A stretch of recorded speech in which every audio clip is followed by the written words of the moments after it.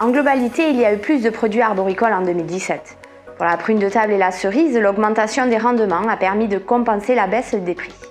Concernant le raisin, l'amélioration du produit provient de la bonne tenue des prix. Les intempéries du printemps pénalisent les rendements des fruits à noyaux, et en particulier les variétés précoces. Du fait de l'offre restreinte, les cours en prunes sont exceptionnels. Mais cela ne sera pas suffisant pour pallier au manque de rendement, surtout pour les variétés américano-japonaises. Pour le raisin, cette année, les rendements sont au rendez-vous. Par contre, le marché est peu porteur. Suivant les variétés exploitées et l'exposition géographique, une forte amplitude du produit arboricole est attendue.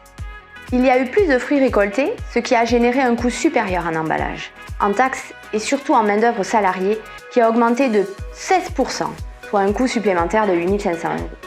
Un tiers de la hausse des charges fixes est généré par la progression des cotisations sociales exploitants. Le carburant, les entretiens réparations et les frais généraux expliquent le reste. Pour 2018, la tendance devrait être inversée, à savoir plus de traitements phytosanitaires en lien avec la pluviométrie du printemps, moins de frais d'emballage et de main-d'œuvre du fait d'une récolte plus faible. Les charges fixes, malgré la hausse du carburant, ne devraient progresser que faiblement.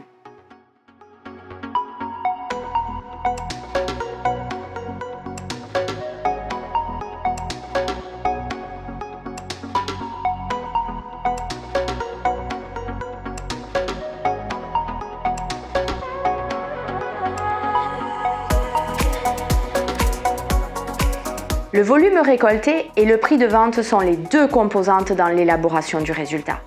Si une vient à faire défaut, le résultat de la campagne s'en trouve compromis. L'année 2018 en est le reflet.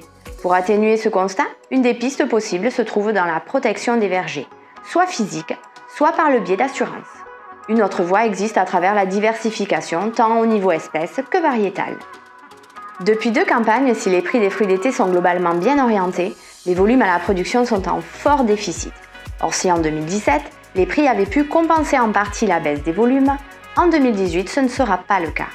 Dans cette année de difficultés extrêmes, il faut rappeler aux producteurs l'intérêt de certains dispositifs, comme les dispositifs régionaux, permettant de financer du BFR ou de la masse salariale par une avance de trésorerie remboursable, les dispositifs départementaux avec les procédures calamités, indemnité sur la perte de récolte, dégrèvement partiel de la taxe foncière, et surtout ne pas hésiter à se rapprocher de la MSA pour obtenir une prise en charge partielle des cotisations sociales en cas de situation très tendue en trésorerie. Dans ce contexte de baisse des volumes récurrents, la valeur ajoutée se joue sur le maintien du niveau de prix et la garantie d'une récolte.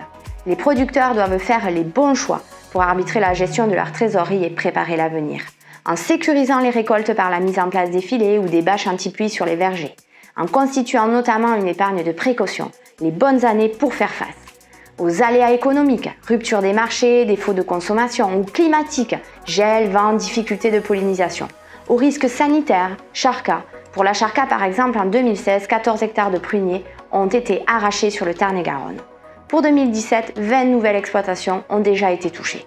Au cas par cas, la constitution de cette épargne de précaution peut se faire dans le cadre fiscal favorable qui permet de lisser les rebonds d'imposition.